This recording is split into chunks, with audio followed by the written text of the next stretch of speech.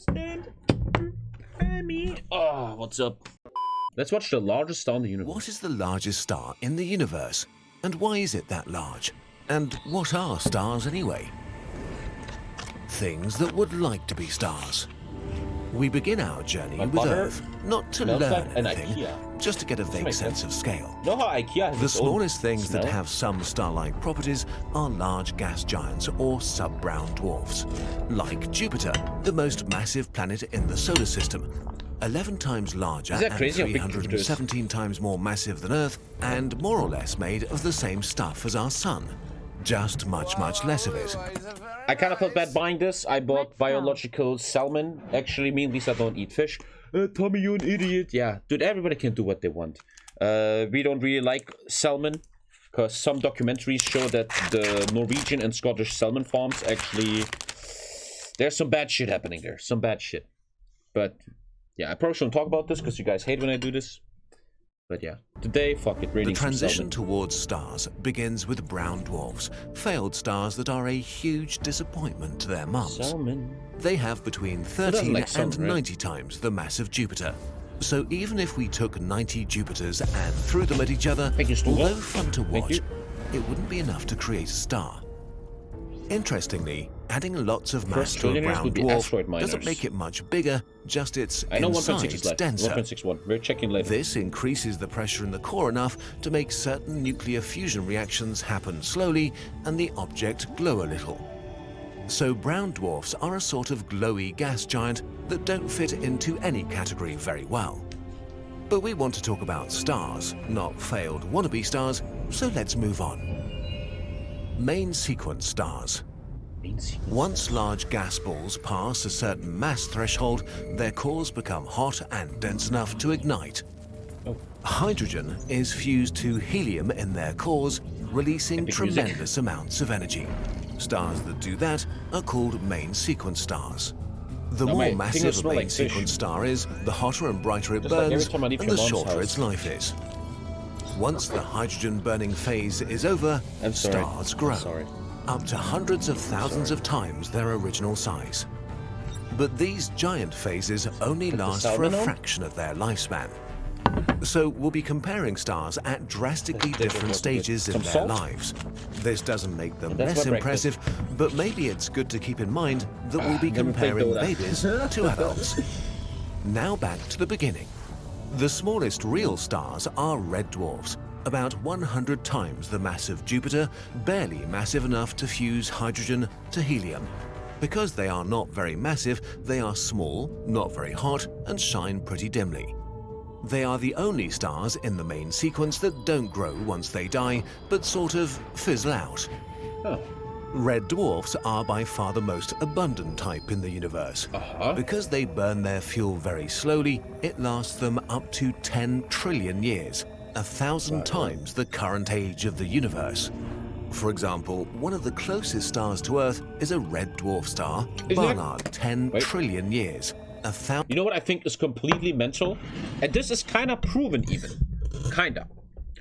Look, if the Big Bang is real, and the universe is expanding, it is possible to mathematically determine how long will the universe exist. And if you determine that, and at the moment we are 13.7 billion years in, 13.7 billion years the Big Bang happened, we are in the first 1% of the existence of the universe. You and me live in a period of the first 1% of the existence of the universe. Isn't that completely fucking mind-blowing? 1,000 times the current age of the universe. For example, one of the closest stars to Earth is a red dwarf star, Barnard star, but it shines too dimly to be seen without a telescope. We made a whole video on red dwarfs if you want to learn more. The next stage are stars... 13. I said 13. 13.7 billion. ...like our Sun. To say the Sun dominates the solar system is not doing it. Yeah, what if in millions of years, aliens find the ancient human race, and we were the first ones? What if we are the ancient ones? The first ones that did the space travel. One day they will land here and they will find my fucking computer and they're like, oh, an ancient relic. Whoa, the god of High-4. It justice, since it makes up 99.86% of all its mass. It burns far hotter and brighter than red. I mean, if we are the ancient ones, that'd be very sad. That'd be very dwarfs, which reduces its lifetime to about Kinda 10 billion disappointing. years. The Sun is 7 times more massive than Barnard's star, but that makes it nearly 300 times brighter. Isn't the biggest sun in the universe Antares? With twice its surface temperature. Let's go bigger. Small changes in mass produce enormous changes in a main sequence star's brightness. No, it's my mom. The brightest star in the night sky, Sirius, is 2 solar masses with a radius 1.7 times that of the Sirius Sun. A. But its surface is nearly I think, maybe I'm wrong here. Let me show if I'm educated. Sirius A is the closest star to us. Right? Or maybe I'm just an idiot. 10,000 degrees Celsius, making it shine 25 times brighter. Burning that That's wrong. The closest star to us is Alpha Centauri 1. Alpha Centauri 1. With 3 point something light. No. Dude, I used to know this stuff. Alpha Centauri 1 is the closest star. With current technology, we would need 90,000 years to go there. And it's how many light years? 3 or 10? 4.1. 4.1. I wasn't that far. reduces its total lifespan by 4 times to 2.5 billion years. 4. Stars close to 10 times the mass of our Sun have surface temperatures near 25,000 degrees Celsius. Beta Sun is the Centauri closest, contains man. 2 of these massive stars, each shining with about 20,000 times the power of the Sun. That's a lot of power coming from something only 30. And I talked about this before on stream. Dude, this shit scares me, blows my mind, and excites me. Do you know, and this is a fact, you can Google this, our galaxy is colliding with another galaxy in the next billion of years. The Milky Way will collide with, what is the name? It starts with A. We have 2 galaxies colliding, building a supermassive galaxy in like billions of years. Andromeda galaxy, Andromeda. There's Andromeda galaxy and Milky Way, and we're getting close to each other, and one day they will collapse. Can you imagine in the human brain what it must be like when galaxies collide? Like, what does that even mean? Is it like a crash? Can you still live on a planet? Unimaginable, right? The human brain cannot grasp this. You just cannot grasp it. 15 times larger, but they'll Isn't only that burn fucking for so about 20 fucking million years. epic, man? Entire generations of these blue stars. I feel like when you think about philosophy, religion, and the universe, there's 2 ways. You either get depressed or you get excited. I've always been a guy, I get really excited. I think it's exciting that the universe is ununderstandable. It's exciting I will die one day. I think this is... I'm like a happy guy that just enjoys having this ride real quick. I'm gonna live for 80 years, maybe 70 with poop attacks. Thank you, Dan. And I just think this is so exciting. I think this is so cool. Die in the time it takes the Sun to orbit the I'm like galaxy really once. happy that So I'm allowed is to this live. the formula? The more massive, the larger the star. The most massive star that we know is R136A1. It has 315 solar masses and is nearly Probably nothing 9 will million happen. times brighter than the Sun. And yet, despite its tremendous mass and power, it's barely 30 times the size of the Sun. The star is so extreme and barely held together by gravity that it loses 321,000 billion tons of material They literally through know its the number. stellar Isn't that wind cool? They know the every number. single second. What an achievement. Stars of this sort are extremely rare because they break the rules of star formation a tiny bit. When supermassive stars are born, they burn extremely hot and bright, and this blows away any extra gas that could make them more massive. So the Time for mass limit dessert? for such a star is around 150 times the Sun. Stars like R136A1 are probably formed through the merger of several high-mass stars in dense star-forming regions and burn their core hydrogen in only a few million years. Wow. So this means they are rare and short-lived. And in the From universe, here, 2, the 3, trick or to 4 going billion bigger years is like isn't really adding short, more right? mass. Not much. To make the biggest stars, we have to kill them. Supernova. Red giants. When main sequence stars begin to exhaust the hydrogen in their core, it contracts. Did you guys ever have that? You were young, you were a kid, some of you guys still are, and you watch these videos on YouTube where they show you the sun's getting bigger and bigger. Like, this is our sun, this is the next sun, this is the next sun, this is the next sun. And you were just like, what the fuck, man? Jesus Christ. Making it Like, these hotter videos are so and denser. crazy. This then it's your leads to mom. hotter and faster fusion, which pushes back against gravity and makes the outer layers swell in a giant phase. And these stars become truly giant indeed. For example, Gacrux. Only 30% more massive than the Sun, it has swollen to about 84 times its radius. 10 million years lifespan. That's nothing in the universe. 10 million years? Still, when the Sun enters the last stage of its life, it will swell and become even bigger, 200 times its current radius. In this final phase of its life, it will swallow the inner planets. Isn't that... this excites me. Isn't that... At one point in time, you and me were long gone. We're fucking dead. This will happen. This will probably fucking happen. This thing will grow and eat everything. I think that's so unimaginable. It's so mind-blowing. And if you think that's impressive, let's finally introduce the largest stars in the universe, hypergiants. I think Ontario's just to be good. Hypergiants are the giant phase of the most massive stars in the universe. They have an enormous surface area that can radiate an insane amount of light. Being so large, I think what sometimes makes me sad is that I will be dead and never witness this stuff.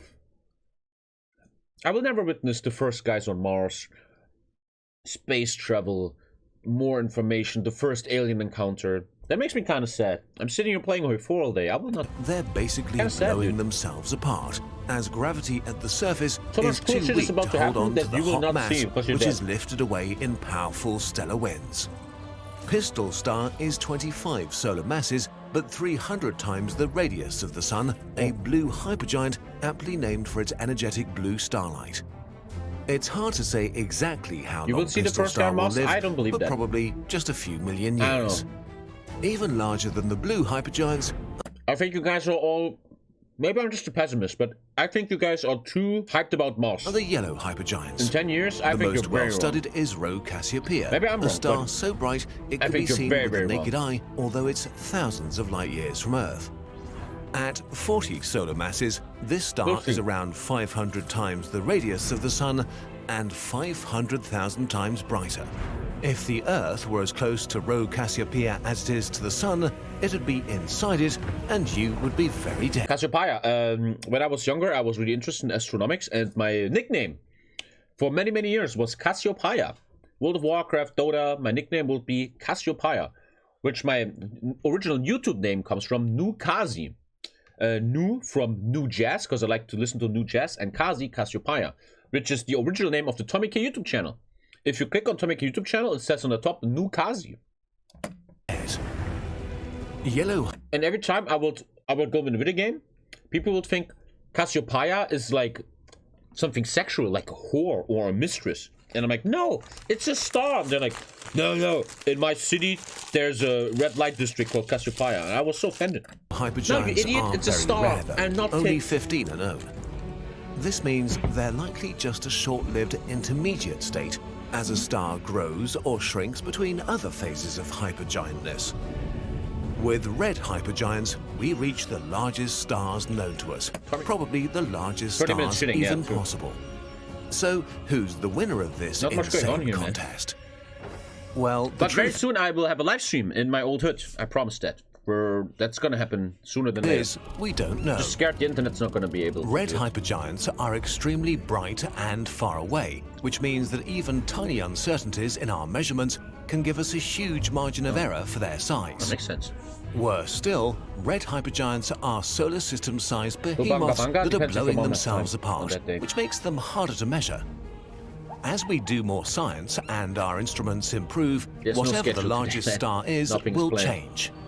The star that is currently thought to be among the largest we've found is Stephenson 218. It was probably born as a main sequence star a few tens of times the mass of the Sun and has likely lost about half its mass by now. While typical red hypergiants are 1,500 times the size of the Sun, the largest rough estimate places Stephenson 218 at 2,150 solar radii and shining with almost 500,000 times the power of the Sun. By comparison, the Sun seems like a grain of dust. Come on, Leute. Gotta be fucking kidding me, man. Our brains don't really have a way of grasping this kind of scale. Cannot grasp that. Even at light speed, it would take you 8.7 hours to travel around it once. Wow. The fastest plane on Earth would take around 500 years. Dropped on the Sun, it would fill Saturn's orbit. As it evolves, it will probably shed even more mass and shrink down into another hotter hypergiant phase, accumulate heavy elements in its core before finally exploding in a core collapse supernova, giving its gas back to the galaxy. This gas will then go on to form another generation of stars of all sizes, I think this is so starting the beautiful, cycle man. of birth I don't know. I and love death this shit. again to light. Makes me always sad I never studied astronomics, Top our man. I think this universe. is the coolest shit ever. Let's make this Which journey is why maybe again, I like space but this games so time much. without the 'cause talking. Space is so exciting. The to me. universe is big. There are many large things in it. Thank you, Margaret. Okay, gentlemen, we are done.